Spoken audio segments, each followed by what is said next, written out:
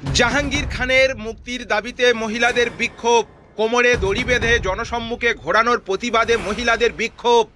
দক্ষিণ চব্বিশ পরগনার ফলতায় জাহাঙ্গীর খানকে কোমরে দড়ি বেঁধে খালি পায়ে জনসম্মুখে ঘোরানোর ঘটনাকে কেন্দ্র করে এলাকায় তীব্র উত্তেজনা ছড়িয়েছে।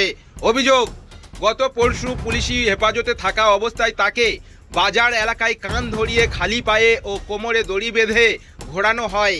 এই ঘটনাকে মানহানিকর বলে দাবি জানিয়ে গতকাল স্থানীয় বহু মহিলা ফলতার শ্রীরামপুর এলাকার রাস্তায় নেমে বিক্ষোভে সামিল হন। বিক্ষোভকারীদের অভিযোগ, আইন অনুযায়ী বিচার প্রক্রিয়া চললেও কাউকে জনসম্মুখে এভাবে অপমান করা উচিত নয়। তাদের দাবি, এই ধরনের আচরণ মানবিক মর্যাদার পরিপন্থী। একই সঙ্গে জাহাঙ্গীর খানের মুক্তির দাবিও তোলেন বিক্ষোভে অংশগ্রহণকারীরা। বিক্ষোভের জেরে ঘণ্টাখানেকের জন্য এলাকায় উত্তেজনাপূর্ণ পরিস্থিতির সৃষ্টি হয়। পরে পুলিশ ঘটনাস্থলে পৌঁছে পরিস্থিতি নিয়ন্ত্রণে আনে এবং বিক্ষোভকারীদের সঙ্গে কথা বলে পরিস্থিতি স্বাভাবিক করা হয়।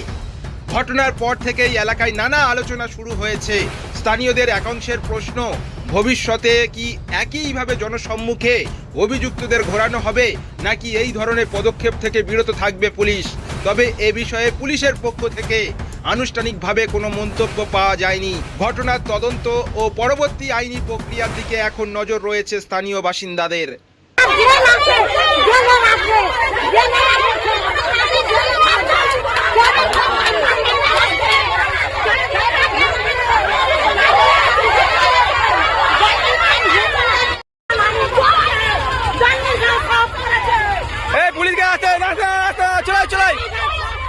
চলাই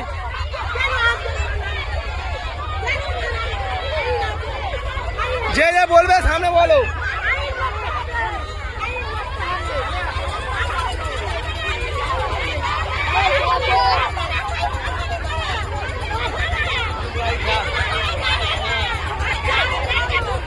মানহানি করা যাবে না